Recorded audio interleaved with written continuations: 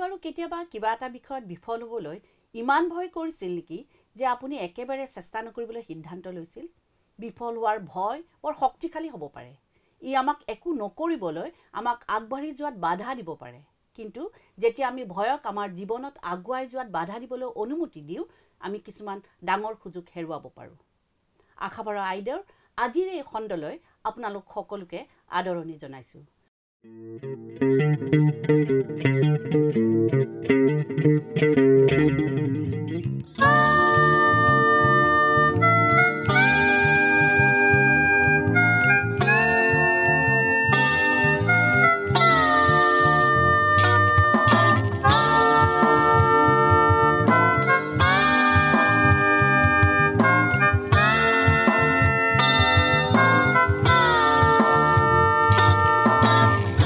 আজি আছো আমি কাইলৈ নাই, জীৱনত শুনাহে মানুহ ভাই, কি হ'ব মিছাতে পৰিচিকা চাই, গধূলি দেখিবা প্ৰভাত পৰহি যায়। আজি আছো আমি কাইলৈ নাই, জীৱনত শুনাহে মানুহ ভাই, কি হ'ব মিছাতে পৰিচিকা চাই, গধূলি দেখিবা প্ৰভাত পৰহি যায়। আজি আছো আমি কাইলৈ নাই, জীৱনত শুনাহে মানুহ ভাই।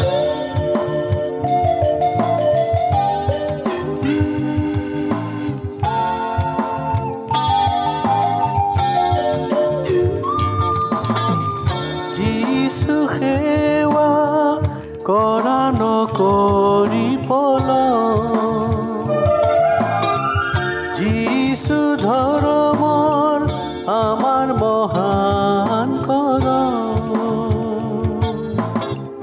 যিছু সেৱা কৰা নকৰি পলম, যিছু ধৰ্মৰ আমাৰ মহান কৰম। সময় মিছাতে নকৰিবা ক্ষয়, যিছুৰ সেৱাৰ এই সময়। আজি আছো আমি কাইলৈ নাই, জীৱনত শুনাহে মানুহ ভাই, কি হ'ব মিছাতে পৰিচিকা চাই, গধূলি দেখিবা প্ৰভাত পৰহি যায়। আজি আছো আমি কাইলৈ নাই, জীৱনত শুনাহে মানুহ ভাই।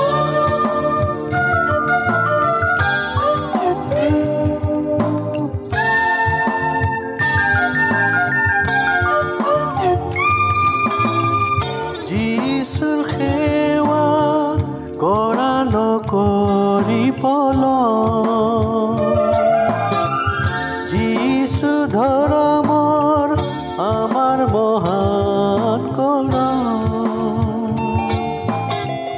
যিছুৰ সেৱা কৰা নকৰি পলম, যিছু ধৰ্মৰ আমাৰ মহান কৰম। সময় মিছাতে নকৰিবা ক্ষয়, যিছুৰ সেৱাৰ এই সময়। আজি আছো আমি কাইলৈ নাই, জীৱনত শুনাহে মানুহ ভাই, কি হ'ব মিছাতে পৰিচিকা চাই, গধূলি দেখিবা প্ৰভাত পৰহি যায়। আজি আছো আমি কাইলৈ নাই, জীৱনত থিৰ শুনাহে মানুহ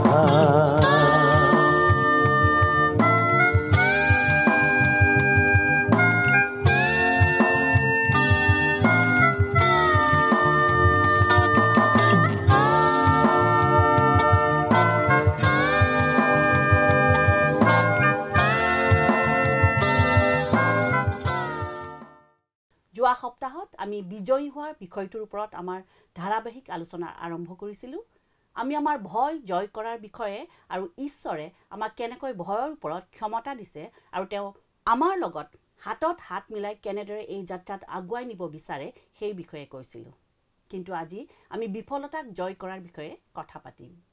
এই বিষয়টোৰ ওপৰত প্ৰথমে ফ্লৰেন্স বাইদেৱে অলপ আলোকপাত কৰিব। ধন্যবাদ প্ৰণীতা। মই নিশ্চিত যে আমাৰ বেছিভাগৰে মনত আছে আমি নিজে বা আমাৰ সন্তানে চাইকেল চলাবলৈ শিকা কথা। আনকি সেই সময়তো দুটা পচন্দ আছিল, ট্ৰেইনিং হুইল বিচাৰি বা কিনি আনি চাইকেলখনত লগাই লোৱাটো অতি সহজে কৰিব পৰা কাম আছিল। তেতিয়া বাগৰি পৰাৰো ভয় নাছিল। দ্বিতীয় বিকল্পটো আছিল ট্ৰেইনিং হুইল নলগোৱাকৈ চাইকেল চলাবলৈ শিকা। দ্বিতীয় বিকল্পটো নিশ্চিতভাৱে কঠিন। শিকাৰ সময়ত পৰি যোৱাৰ 100% নিশ্চয়তা আছিল, কিন্তু চলোৱাৰ দক্ষতা আহৰণ কৰাটো নিশ্চয় গভীৰ সন্তুষ্টিৰ কথা আছিল। এই অভিজ্ঞতাটোৰ পৰা আমাৰ শিকিবলগীয়া বহুত কথা আছে। প্ৰথমতে আমি এই সত্যটো মানি ল'ব লাগিব যে আমি কিবা এটা কৰিবলৈ গ'লে বিফল হোৱাৰ সম্ভাৱনা থাকেই। মই জানো যে এই কথাটো শুনিবলৈ বৰ ভাল নালাগে, কিন্তু এইটো সঁচাকৈ আমাৰ বাবে এটা সহায়ক পাঠ। যেতিয়া আমি কিবা শিকিবলৈ বা কামবোৰ বেলেগ ধৰণে কৰিবলৈ চেষ্টা কৰোঁ, ইয়াক প্ৰথমবাৰতেই সঠিকভাৱে অৰ্জন কৰিব নোৱাৰিব পাৰোঁ, কিন্তু আমি মনত ৰখা উচিত যে বিফলতা কেৱল তেতিয়াহে বিফলতা হয় যদিহে আপুনি তাৰ পৰা কিবা এটা শিকাৰ ক্ষেত্ৰত বিফল হয়। যেতিয়া আপুনি বা আপোনাৰ সন্তানে চাইকেল চলাবলৈ শিকিবলৈ আৰম্ভ কৰিছিল, আপুনি হয়তো বাগৰি পৰিছিল, খং উঠিছিল আৰু হয়তো হতাশ হৈছিল। আপুনি হয়তো শিকিবলৈ এৰি দিয়াৰ কথাও ভাবিছিল। সেই মুহূৰ্তত চাইকেল চলাবলৈ শিকাৰ গোটেই প্ৰক্ৰিয়াটো নিশ্চয় বেদনাদায়ক আছিল। বাগৰি পৰিলে দুখ লাগে, কিন্তু অৱশেষত চাইকেল চলাবলৈ শিকি লোৱাৰ লগে লগে আপুনি আনন্দিত অনুভৱ কৰিছিল। কিন্তু মই নিশ্চিত যে আপুনি মাত্ৰ কেইছেকেণ্ডমানৰ বাবে চাইকেলখন চলাবলৈ সক্ষম হোৱাৰ মুহূৰ্তটো আপোনাৰ নিশ্চয় মনত আছে। আপোনাৰ মুখত সম্ভৱতঃ এটা ডাঙৰ হাঁহি বিৰিঙি উঠিছিল। সেই সময়ত আপুনি সঁচাকৈয়ে আনন্দিত হৈছিল যে আপুনি চাইকেল কেনেদৰে চলাব লাগে শিকিবৰ বাবে বাগৰি পৰিবলৈও সাজু আছিল। কিন্তু সেয়ে সফল হ'বলৈ হ'লে আপুনি বিফল হ'বলৈও সাজু থাকিব লাগিব। কাৰণ যদি আপুনি বিফল নহয়, যদি আপুনি বাগৰি নপৰে আৰু আপুনি অলপো আঘাত নাপায়, তেতিয়া আপুনি কেতিয়াও চাইকেল চলাবলৈ শিকিব নোৱাৰিলেহেঁতেন। এইটো এটা গুৰুত্বপূৰ্ণ কথা, কাৰণ আমাক অতি সৰু অৱস্থাৰ পৰাই শিকোৱা হয় যে বিফল হোৱা বা ভুল কৰাটো খুব বেয়া কথা। আমাৰ মনটোৱে অতীতৰ বেদনাদায়ক স্মৃতিবোৰ ব্যৱহাৰ কৰি আমাৰ মনত নেতিবাচক আৱেগ আৰু দুশ্চিন্তাবোৰৰ সৃষ্টি কৰে। ভৱিষ্যতে একেধৰণৰ ভুলবোৰ নকৰিবৰ বাবে আমাক সাৱধান কৰি দিয়ে, নহয়নে বাৰু? হয় প্ৰণীতা, একেবাৰে সঁচা কথা। কিন্তু আমি মনত ৰাখিব লাগে যে কোনো সম্পূৰ্ণ শুদ্ধ সিদ্ধ নহয়, আৰু সকলোৱে কেতিয়াবা নহয় কেতিয়াবা বিফলতাৰ সন্মুখীন হৈছোঁ। কিন্তু যদি কেতিয়াও বিফল নহ'বৰ বাবে আমি অতি সাৱধানে জীৱন কটাব খোজোঁ, তেতিয়াহ'লে জীৱনটো ভালদৰে পৰিচালনা কৰিবলৈ আমি কেতিয়াও শিকিব নোৱাৰিম। শিশু এটাই কেনেদৰে চাইকেল চলাবলৈ শিকে অলপ কল্পনা কৰকচোন। শিশুটিয়ে যদি আগলৈ পেডেল মাৰিবলৈ চেষ্টা কৰে কিন্তু পৰি যায়, আঘাত পায় আৰু চাইকেল চলোৱাৰ গোটেই ধাৰণাটোৱে এৰি দিয়ে, তেন্তে কি হ'ব? যদি আপোনাৰ সন্তানে এনে এটা সিদ্ধান্তত উপনীত হয় যে চাইকেল চলোৱাৰ বাবে তাৰ কোনো প্ৰাকৃতিক প্ৰতিভা নাই, গতিকে চেষ্টা কৰি লাভ নাই বুলি কোৱাটো উচিত হ'ব জানো? কিন্তু আমি জানো যে অভিভাৱকসকলে তেনে নকৰে। আমি মনত ৰখা উচিত যে বিফলতা আমাৰ সকলোলৈকে আহে।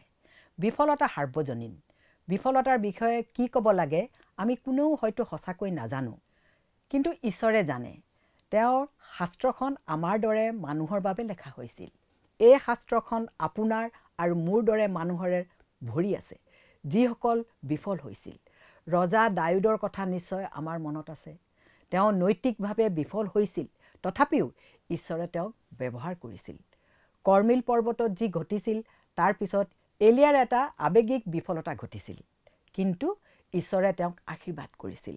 জোনাই তেওঁৰ আটাইতকৈ সৎ প্ৰাৰ্থনাটো কৰাৰ সময়ত মাছৰ পেটত আছিল আৰু ঈশ্বৰে তেওঁৰ সেই প্ৰাৰ্থনা শুনিছিল।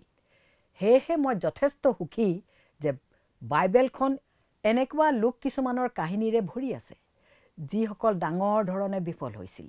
যীশুৰ এজন শিষ্য পিতৰ বহুবাৰ বিফল হৈছিল। তেওঁ যীশুক 3 বাৰ অস্বীকাৰ কৰিছিল, কাৰণ তেতিয়া তেওঁক ক্ৰুচত দিবলৈ বন্দী কৰা হৈছিল। যীশুক পানীৰ ওপৰত খোজ কৰা দেখি তেওঁ যীশুক সুধিছিল, তেওঁ তেনে কৰিব পাৰিবনে? কিন্তু অৱশেষত ভয় খাই পানীত বুৰ গ'ল। তথাপিও যীশুৱে তেওঁক প্ৰেম কৰি গ্ৰহণ কৰিছিল। আমি কৰা সকলো কামতে সফল হ'ম বুলি বাইবেলে আমাক প্ৰতিশ্ৰুতি নিদিয়ে, বৰং তাৰ পৰিৱৰ্তে আমাক কয় যে যেতিয়া আমাৰ এনে বিফলতা আহে তেতিয়া আমি কেনেদৰে বিফলতাৰ সৈতে মোকাবিলা কৰিব লাগিব। সেইটো পদে 24 অধ্যায় 16 পদত কোৱা হৈছে যে এজন ধাৰ্মিক ব্যক্তিয়ে 7 বাৰ পৰি যায় কিন্তু তথাপি আকৌ উঠে। বিফলতালৈ ভয় কৰাটো নতুন কথা নহয়। যীশুৱে মঠি 25 নং অধ্যায়ত এই বিষয়ে এটা কাহিনী কৈছিল। সেইটো হৈছে গাগৰিৰ দৃষ্টান্ত। গৰাকীয়ে এজন মানুহক 5 গাগৰি, আন এজনক 2 গাগৰি আৰু শেষৰজনক 1 গাগৰি দিছিল। তেওঁ এটা দীঘলীয়া যাত্ৰালৈ যায় আৰু যাওঁতে তেওঁলোকক কয়, তোমালোকে ইয়াক বিনিয়োগ কৰি ইয়াৰে কিবা কৰা। 5 গাগৰি পোৱাজনে বিনিয়োগ কৰে আৰু 5 গাগৰি লাভ কৰে, আৰু 2 গাগৰি থকাজনে আৰু 2 গাগৰি লাভ কৰে। আমি শেষৰ দাগজনক ভালদৰে চাওঁচোন। এই দাগজনে বিফলতাৰ বাবে ইমান ভয় কৰিছিল যে তেওঁ সেই এটা গাগৰিলৈ তাক মাটিত পুতি ৰাখিছিল। যেতিয়া গৰাকীজন ঘূৰি আহিল, সি সেইটো খান্দি উলিয়াই গৰাকীৰ ওচৰলৈ আহি ক'লে, মই আপোনালৈ ভয় কৰিছিলোঁ আৰু আঁতৰি গৈ আপোনাৰ গাগৰিটো মাটিত লুকুৱাই ৰাখিছিলোঁ। চাওক, আপোনাৰ যি আছিল সেয়ে আছে। কিন্তু তাৰ প্ৰভুৱে তাক উত্তৰ দি ক'লে, তই দুষ্ট আৰু এলেহুৱা দাস। যেতিয়া আমি বিফলতালৈ ভয় কৰোঁ তেতিয়া আমি কোনো ৰিস্ক নলওঁ আৰু আগবাঢ়ি নাযাওঁ। বাইবেলে কৈছে যে আপুনি নিজকে সদায় নিৰাপদে ৰাখিবলৈ খুজিলে ঈশ্বৰক সন্তুষ্ট কৰিব নোৱাৰে। আচল কথাটো হৈছে বিফলতাটো সমস্যা নহয়। সমস্যাটো হৈছে যেতিয়া আমি বিফল হওঁ, আমি বিফলতাৰ পৰা শিক্ষা লোৱাত বিফল হওঁ আৰু একেবাৰে এৰি দিওঁ। চাবলৈ গ'লে আমি সকলোৱে ব্যৰ্থ হৈয়ে থাকোঁ। আমাৰ ব্যৰ্থতা বিভিন্ন ধৰণৰ হ'ব পাৰে। মই প্ৰতিদিনে বাইবেল পঢ়াৰ ক্ষেত্ৰত ব্যৰ্থ হওঁ। আপোনজনক কেতিয়াবা সঁচা কথা কোৱাত ব্যৰ্থ হওঁ। মোক বিৰক্ত বা হতাশ কৰা মানুহজনক মই মৰমেৰে কথা কোৱাত ব্যৰ্থ হওঁ। আমি প্ৰায়ে ভাবোঁ যে আনৰ পৰা সহায় বিচৰাটো দুৰ্বলতা আৰু পৰাজয় স্বীকাৰ কৰাৰ নিচিনা কথা। কিন্তু আমি আমাৰ অহংকাৰক একাষৰীয়া কৰি থোৱা প্ৰয়োজন, কাৰণ ঈশ্বৰে আমাক সমাজৰ বাবে আৰু পৰস্পৰৰ বোজা বহন কৰিবলৈ সৃষ্টি কৰিছে। বিফলতাই মোক শিকাইছে যে আমাক সহায়ৰ প্ৰয়োজন আছে। কেতিয়াবা মই বিফল হওঁ আৰু কেতিয়াবা হাৰ মানি ল'বলৈ মন যায়। কিন্তু ফিলিপিয় 3 অধ্যায় 13 পদত আমাক কোৱা হৈছে যে পিছত থকা কথাবোৰ পাহৰি যাওক আৰু লক্ষ্যৰ দিশত অৰ্থাৎ প্ৰভু যীশু খ্ৰীষ্টৰ পিনে আগবাঢ়ি গৈ থাকক। ইয়াৰ অৰ্থ হ'ল পৰি যোৱাৰ পিছত নিজকে পুনৰ উঠোৱা। ইয়াৰ অৰ্থ হৈছে আমাৰ চকু যীশুৰ ওপৰত নিবদ্ধ কৰি ৰখা। ইয়াৰ অৰ্থ হৈছে আমি বিফল হ'লে হাৰ মানিব নালাগিব। যদিও মই বিফল হওঁ আৰু হৈ থাকিম, তথাপি মই এই কথাৰ পৰা সান্তনা আৰু সাহস লাভ কৰোঁ যে ঈশ্বৰ সকলোতকৈ ওপৰত আৰু তেওঁ মোক আৰু মোৰ ব্যৰ্থতা ক্ষমা কৰিব পাৰে। তেওঁ মূল্য দিলে যাতে মই নিজকে আকৌ উঠাব পাৰোঁ আৰু তেওঁক অনুসৰণ কৰি থাকিব পাৰোঁ। মনত ৰাখিব যে ঈশ্বৰে আপোনাক ভাল পায়। আপোনাৰ ব্যৰ্থতা বা সফলতাৰ দ্বাৰা আপোনাৰ স্বমূল্যবোধ নিৰ্ধাৰণ নকৰিব। ঈশ্বৰে যে আপোনাক ভাল পায়, আচলতে সেইটোৱে গুৰুত্বপূৰ্ণ কথা। মাতৃসকল, আমি নিশ্চিত যে আপুনি কঠিন দিনৰ মাজেৰে পাৰ হৈ গৈছে। ৰাতি হয়তো এনেকুৱা সাধাৰণ প্ৰাৰ্থনা আপুনি কৰিছে, প্ৰভু মোক সহায় কৰক যাতে মই কাইলৈৰ পৰা মোৰ সন্তানৰ বাবে ভাল পিতৃ মাতৃ হ'ব পাৰোঁ। শেহতীয়াকৈ ময়ো এই প্ৰাৰ্থনাটো প্ৰায়েই কৰিছোঁ। নতুন মাতৃসকলে হয়তো ৰাতি অলপ ভাল টোপনিৰ বাবে প্ৰাৰ্থনা কৰিব পাৰে। বয়সত আগবঢ়া মাতৃসকলৰ বাবে ব্যৱহাৰ, আশা, চিন্তা আৰু মনোভাৱৰ পৰিৱৰ্তনৰ সৈতে মোকাবিলা কৰোঁতে আপুনি পৰাজিত যেন অনুভৱ কৰিব পাৰে। সমস্যাটো হ'ল মাতৃ হিচাপে আমি সদায় নিয়ন্ত্ৰণত থাকিব বিচাৰোঁ আৰু যেতিয়া কথাবোৰ আমাৰ মতে নহয় তেতিয়া আমি কষ্ট পাওঁ। আমি প্ৰায়ে নিজকে আন মাতৃৰ সৈতে তুলনাও কৰোঁ, যিসকলৰ ঘৰ আৰু পৰিয়াল আমাৰ নিখুঁত যেন লাগে, বিশেষকৈ ছ'চিয়েল মিডিয়াত দেখি। আমি নিজে ব্যৰ্থ হোৱা বুলি কৰা অনুভৱটোক নিস্তব্ধ কৰিবলৈ সাময়িক উপায় অৱলম্বন কৰিব পাৰোঁ, নাইবা আমি সেইবোৰ ঈশ্বৰৰ ওচৰলৈ লৈ যাব পাৰোঁ। জীৱনটো উত্থান পতন, ভাল সময় বেয়া সময়, সহজ দিন আৰু কঠিন দিনেৰে ভৰা, কিন্তু ঈশ্বৰৰ বাবে একোৱেই নতুন নহয়। তেওঁৰ আঁচনি সদায় নিখুঁত, আমাক মাতৃ হিচাপে ভূমিকা পালন কৰিবলৈ দিয়া আশীৰ্বাদকে ধৰি, আৰু সেইবাবে তেওঁ আমাক দিয়া সন্তানসকলৰ পিতৃ মাতৃ হিচাপে দায়িত্ব পালন কৰিবলৈ দিয়া আহ্বানত আমি আস্থা ৰাখিব পাৰোঁ। আচলতে আমাৰ সমস্যাটো আৰু এটা কাৰণত হয়। জগতে আপোনাক সদায় ক'ব যে ভাগি যোৱা মানে বিফলতা আৰু আমি যথেষ্ট ভাল নহয়। আপোনাক যি ধুনীয়া, আচৰিত, সক্ষম আৰু সম্পূৰ্ণ যোগ্য নাৰী হ'বৰ বাবে সৃষ্টি কৰিছে, আপোনাৰ অপৰাধবোধক তেনে হোৱাটো বাধা দিবলৈ নিদিব। সমালোচনা জীৱনৰ কঠিন সময়। ল'ৰা ছোৱালীয়ে কৰা ভুল বা আপোনাৰ নিজৰ নেতিবাচক চিন্তাবোৰক আপোনাৰ ল'ৰা ছোৱালীৰ বাবে অতি প্ৰয়োজনীয় মাতৃগৰাকী হোৱাৰ আনন্দ চুৰ কৰি নিবলৈ নিদিব। ঈশ্বৰে আপোনাক দিয়া সামৰ্থ্যবোৰ আৰু মাতৃ হিচাপে আপোনাৰ জীৱনৰ আহ্বানৰ ওপৰত আস্থা ৰাখক আৰু অভিভাৱকত্বৰ আটাইতকৈ কঠিন দিনবোৰত তেওঁৰ ওপৰত ভেজা দিবলৈ শিকক। আপুনি সন্মুখীন হ'বলগীয়া সংগ্ৰাম আৰু আপুনি কৰা ভুলবোৰৰ কথা ঈশ্বৰে আগতেই জানিছিল। তথাপিও তেওঁ আপোনাক আপোনাৰ ল'ৰা ছোৱালীৰ মাক কৰি তুলিছিল। সন্তান ডাঙৰ দীঘল কৰাৰ কামৰ বাবে আপুনি একমাত্ৰ মহিলাগৰাকী, আপুনিয়ে শ্ৰেষ্ঠ মহিলাগৰাকী। আপুনিয়ে সেইগৰাকী যাৰ তেওঁলোকৰ প্ৰতি থকা চৰ্তবিহীন প্ৰেম অতি শক্তিশালী। তেওঁলোকক প্ৰতিটো সহজ আৰু কঠিন সময়ৰ মাজেৰে নিৰ্দেশনা দি চলাই নিবলৈ আৰু আনকি সকলোতকৈ কঠিন সময়ত তেওঁলোকক আপোনাৰ সম্পূৰ্ণ হৃদয়েৰে প্ৰেম কৰিবৰ বাবে ঈশ্বৰে আহ্বান কৰা ব্যক্তিজন আপুনিয়েই।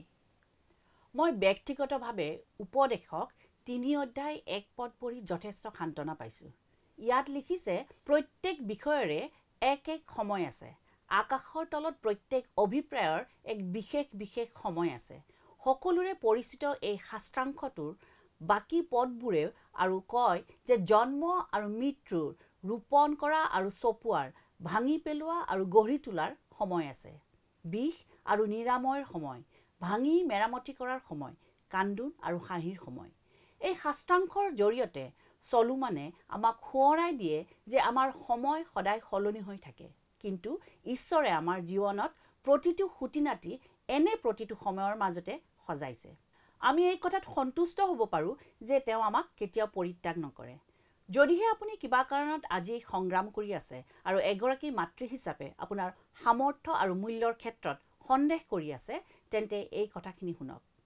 ঈশ্বৰৰ সন্তানসকলৰ মাতৃ হ'বৰ বাবে আপোনাৰ সামৰ্থ্যত ঈশ্বৰৰ বিশ্বাস আছে।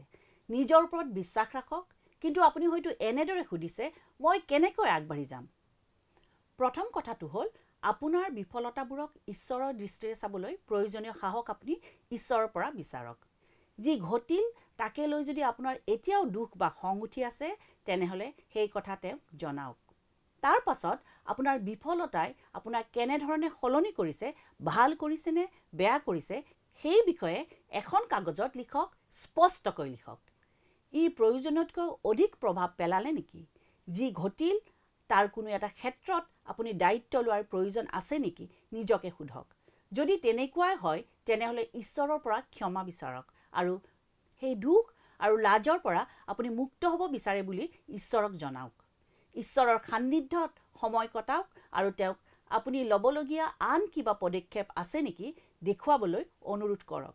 আপোনাৰ জীৱনৰ সকলো অভিজ্ঞতাৰ মাজতো তেওঁ যে আপোনাক নিস্বাৰ্থভাৱে ভাল পায়, তাৰ বাবে তেওঁক ধন্যবাদ দিয়ক। আইদেউসকল, মই ভাবোঁ আপোনালোক মোৰে সৈতে সন্মত হ'ব যে মহিলা হিচাপে আমাৰ জীৱনত বিফলতাৰ সৈতে যুঁজ দি থাকিব লগা হোৱাৰ মুখ্য কাৰণ এয়ে যে আমি সকলোকে সন্তুষ্ট কৰিব লাগিব বুলি ভাবি থাকোঁ। ইয়াক মানুহ তুষ্টিকৰণ বুলি কোৱা হয়।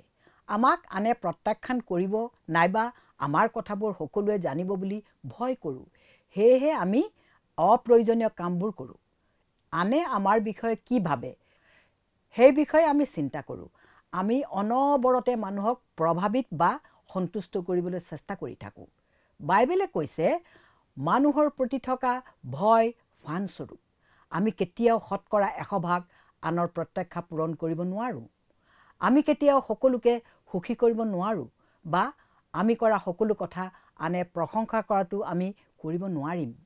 গতিকে ঈশ্বৰক বিশ্বাস কৰাহে ভাল। ঈশ্বৰৰ অবিহনে আমি হতাশ অনুভৱ কৰিম। সন্তুষ্টিৰ আশীৰ্বাদ আমাৰ নাথাকিব, যিটো একমাত্ৰ তেওঁহে দিব পাৰে। এগৰাকী আশাবৰা মহিলা হিচাপে আমি সদায়ে বিফলতাৰ মাজতো ৰূপালী আৱৰণ বিচাৰিবলৈ চেষ্টা কৰিব লাগিব। ঈশ্বৰে বিচাৰে যাতে আমি আমাৰ বিফলতাৰ পৰা শিক্ষা লাভ কৰোঁ। আমি আমাৰ দুৰ্বলতাৰ কথাটো মানি ল'ব লাগিব আৰু আমাৰ কামৰ বাবে ব্যক্তিগত দায়বদ্ধ স্বীকাৰ কৰিব লাগিব। আপুনি সন্মুখীন হ'বলৈ ইচ্ছুক নোহোৱা সমস্যা এটা সংশোধন কৰিব নোৱাৰে, কিন্তু ঈশ্বৰৰ অনুগ্ৰহত আপুনি আপোনাৰ বিফলতা এটাকো বিজয়লৈ পৰিৱৰ্তিত কৰিব পাৰে। কিন্তু ঈশ্বৰৰ অনুগ্ৰহত আপুনি আপোনাৰ বিফলতা এটাকো বিজয়লৈ পৰিৱৰ্তন কৰিব পাৰে। ঈশ্বৰে আপোনাক কিছুমান বৰ আৰু প্ৰতিভা দিছে, যাৰ দ্বাৰা তেওঁক সেৱা কৰিব পাৰি। আপুনি সকলো কৰিব নোৱাৰে, কিন্তু আপুনি ঈশ্বৰৰ বাবে কিবা এটা কৰিব পাৰে। আপুনি কি কৰিব পাৰে চিনাক্ত কৰক আৰু তাৰ ওপৰত আপোনাৰ প্ৰচেষ্টা চলোৱাত মনোনিৱেশ কৰক। আপুনি কি কৰিব নোৱাৰে সেই বিষয়ে চিন্তা কৰিবলৈ এৰি দিয়ক। বাইবেলে আমাক সকলো কাম ঈশ্বৰৰ বাবে কৰা কাম বুলি ধৰি লৈ সমস্ত হৃদয়েৰে কৰিবলৈ সোঁৱৰাই দিছে। ঈশ্বৰে আমাক ঘৰত, গীৰ্জাত, কৰ্মক্ষেত্ৰত, সমাজত য'তেই ৰাখিছে আমি তাতেই সদায় আমাৰ সৰ্বশ্ৰেষ্ঠ প্ৰচেষ্টা দিয়াটো গুৰুত্বপূৰ্ণ, কিয়নো আমি ঈশ্বৰক সন্তুষ্ট কৰিছোঁ বুলি জনাটোৱে আমাক সকলোতকৈ বেছি সন্তুষ্টি দিব পাৰে। আপুনি এই পৃথিৱীত বিফল হ'লে তেওঁ বিচলিত নহয়।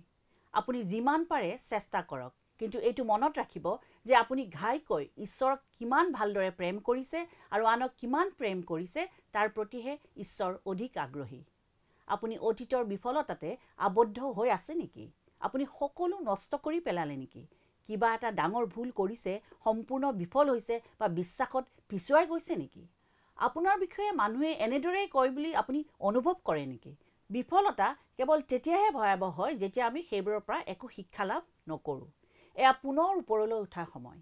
ঈশ্বৰে আপোনাক কি কৰিবলৈ আহ্বান কৰিছে আৰু আপুনি কি চেষ্টা কৰিব লাগিব?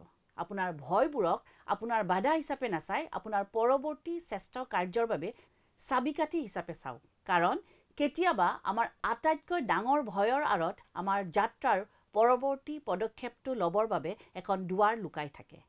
আমাৰ ভয়ৰ মাজেৰে আমি হাত আগবঢ়াই সেই দুৱাৰখন খুলিব লাগিব, ঈশ্বৰৰ আশীৰ্বাদলৈ আগবাঢ়ি যাবৰ বাবে, তেওঁৰ ওপৰত ভৰসা কৰি। আশা কৰোঁ আজিৰ আলোচনাখিনিৰ দ্বাৰা আপোনালোক সকলোৱে আশীৰ্বাদ পাইছে আৰু উৎসাহিত হৈছে। আজিলৈ আমাৰ অনুষ্ঠানো সামৰিবৰ সময় হ'ল। পৰৱৰ্তী অনুষ্ঠানত পুনৰ লগ পাম। ঈশ্বৰে সকলোকে আশীৰ্বাদ কৰক। ধন্যবাদ।